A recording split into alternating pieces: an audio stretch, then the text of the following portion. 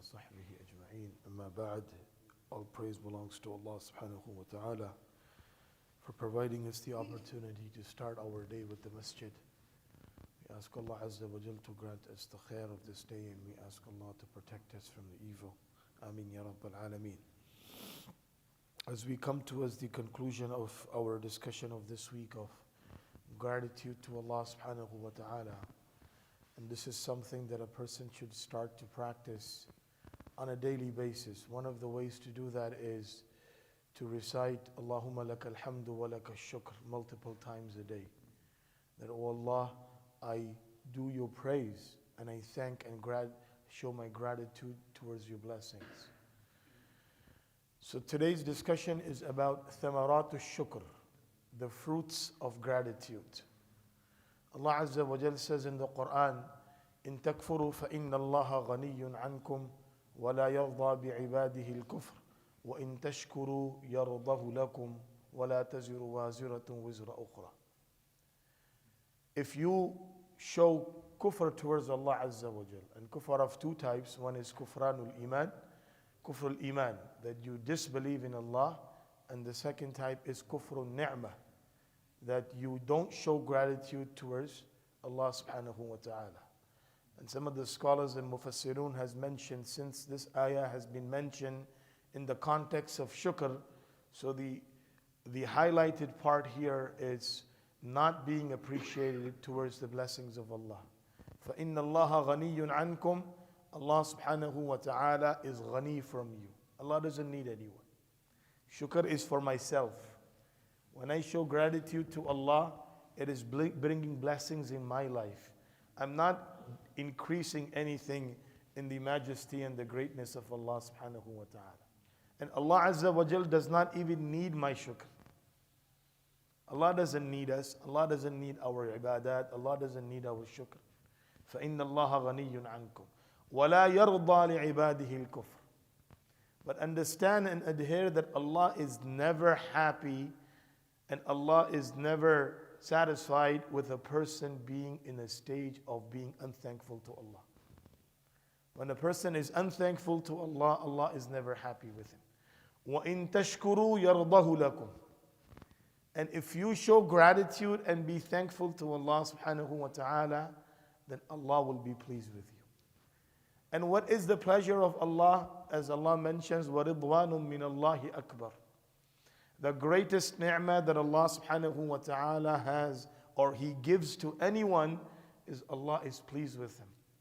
And this is the ni'mah that Allah subhanahu wa ta'ala will give to every single person who is in Jannah.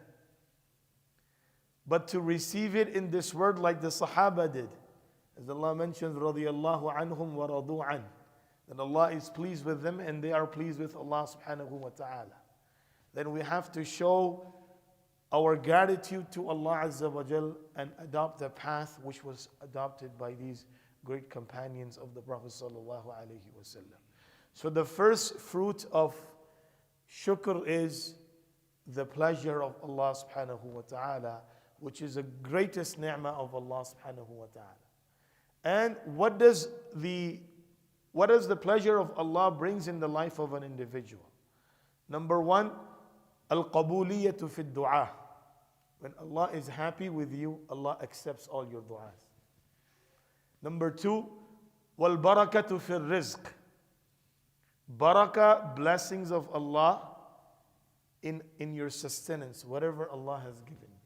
These are all gifts that come upon the pleasure of Allah subhanahu wa ta'ala. And the pleasure of Allah is earned through gratitude. The second fruit of shukr is a person who has shukr in his life, Allah saves and protects him from punishment. مَا يَفْعَلُ اللَّهُ بِعَذَابِكُمْ إِن شَكَرْتُمْ وَآمَنْتُمْ وَكَانَ اللَّهُ شَاكِرًا عَلِيمًا. Allah Azza wa Jal says, what Allah will do to punish you if you have gratitude in your life. So if you want to be protected from the wrath of Allah, from the punishment of Allah, then shukr is the path that a person needs to adopt in his life. And then Allah subhanahu wa ta'ala mentions the third thamara, al-mazid. Allah says, وَإِذْ تَأَذَّنَ رَبُّكُمْ لَإِن شَكَرْتُمْ لَأَزِيدَنَّكُمْ وَلَإِن كَفَرْتُمْ إِنَّ عَذَابِي لَشَدِيدٌ. Allah subhanahu wa ta'ala says, if you be thankful to Allah, Allah will give you more. And ulama mentioned that al-mazid, Allah says, لَإِن شَكَرْتُمْ لَأَزِيدَنَّكُمْ. And the sigha that is used here is لَأَزِيدَنَّكُمْ. I will keep on giving you more and more. It's not just one time that you show gratitude and Allah will give you one time. Allah will continuously will give you, because this sigha, this verb gives the meaning of istimrar. And istimrar is something that is continuous. So Allah says, I will continue to give you more. And what is that more that Allah is talking about in your ni'mah, in the blessing that Allah has given you? Number one is ad-dawam fi ni'mah. That blessing of Allah stays with you. If you are thankful to Allah about your health, Allah will keep you healthy. If you are thankful to Allah about your children, Allah will keep them on the righteous path. If you are thankful to Allah for what Allah has given you, Allah will keep that blessings with you. And number two, Allah subhanahu wa ta'ala will increase in that blessing. Allah Azza wa Jal will continue to give that blessing more and more in the life of an individual.